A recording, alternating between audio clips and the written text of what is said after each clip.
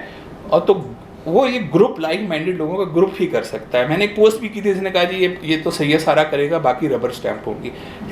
Rubber stamp کس طرح سے ہو سکتی ہے؟ ایک بندہ جو کہ اتنی بڑی کمپنی بنا رہا ہے, اتنی بڑی کمپنی پاکستان کی one of the biggest company ہے, ٹھیک ہے, وہ نالج اس میں پلیٹ فارم کے کیا کیا نہیں کیا ہوا. شمیم ہے ماشاء اللہ, they are so intelligent people, they are leaders in themselves, how can they be rubber stamp? ٹھیک ہے, it's just stupid thing to say کہ یہ ربر اسٹیمپ ہوں گے. باقی they all have independent thinking, but they have consolidated. Now they have a vision and a mission, and I am sure کہ اگر ہم ان کو کامیاب کریں گے تو یہ میری شیورٹی ہے کہ انشاءاللہ جس طرح سے اس پاشا کو لے کے جائیں گے, آئی ٹی انڈسٹری کو لے کے جائیں گے, اور جو ان کا ایک بن چکا ہے گورنمنٹ کے اندر کہ جی they are respected by the government, by the FBR, by the minister, may it be Shahbaz Sharif اور may it be Imran Khan. Believe me it does not matter, because we have to work for the good of industry. تو میں نے میرا خیال سب سے لوگوں سے زیادہ میں نے بات کر لی ہے, بٹ آئی تھنک کہ جس طرح میں نے کہا ساری آپ کو چیزیں بھی بتائی ہیں کہ کیوں اس گروپ کا ہونا ضروری ہے, ایک گروپ کا ہونا ضروری ہے. انڈیپینڈنٹ ابھی وہ سوچ جو ہے وہ کاؤنٹر پروڈکٹیو ہو رہی ہے. Let's try this out and I am sure کہ لوگوں کو احساس ہوگا کہ this is the best way for PASHA to move forward, for the Pakistan IT industry to move forward, and for Pakistan to move forward. Thank you very much.